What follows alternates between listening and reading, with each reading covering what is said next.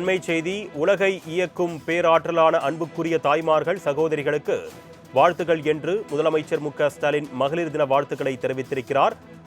உலகை இயக்கும் பேராற்றலான அன்புக்குரிய தாய்மார்கள் சகோதரிகளுக்கு வாழ்த்துகள் என்று முதலமைச்சர் மு.க.ஸ்டாலின் தற்பொழுது மகளிர் தின வாழ்த்துக்களை தெரிவித்திருக்கிறார். அண்மை செய்தியாக பார்த்துக் கொண்டிருக்கிறோம்.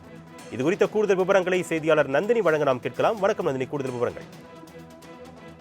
வணக்கம். உலகை இயக்கும் பேராற்றலான அன்புக்குரிய தாய்மார்கள் சகோதரிகள் அனைவருக்கும் உலக மகளிர் நாள் வாழ்த்துக்கள் என தமிழ்நாடு முதலமைச்சர் தெரிவித்திருக்கிறார்.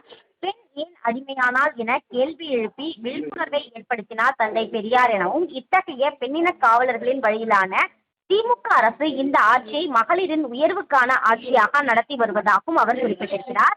அந்த வகையில் பெண்களுக்காக செயல்படுத்தப்பட்டு வரும் திட்டங்கள் குறித்தும் தமிழ்நாடு முதலமைச்சர் பட்டியலிட்டிருக்கிறார். அடுத்து அமைய உள்ள திராவிட மாடல் 2.0 ஆட்சியில் மகளிர் உரிமை தொகை 2000 ரூபாயாக உயர்த்தப்படும் என்பதும் இப்போதே அறிவித்துள்ளதுடன் 3 மாதங்களுக்கான தொகையை முன்பணமாகவும் 2000 ரூபாய் கோடைக்கால சிறப்பு நிதியாகவும் தமிழ்நாடு முழுவதும் 1.31 கோடி மகளிரின் வங்கி கணக்குகளில் வரவு வைத்து அவர்கள் மனமகிழ செய்ததாகவும் தெரிவித்திருக்கிறார்.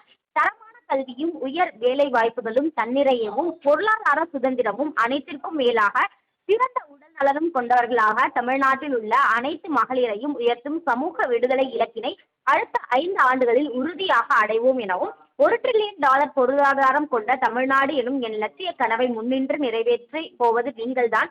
உங்கள் அனைவருக்கும் மீண்டும் தன்னுடைய மகளிர் நாள் வாழ்த்துக்களை தெரிவித்துக் கொள்வதாகவும் தமிழ்நாடு முதலமைச்சர் குறிப்பிட்டுள்ளார். விவரங்களுக்கு நன்றி நந்தினி.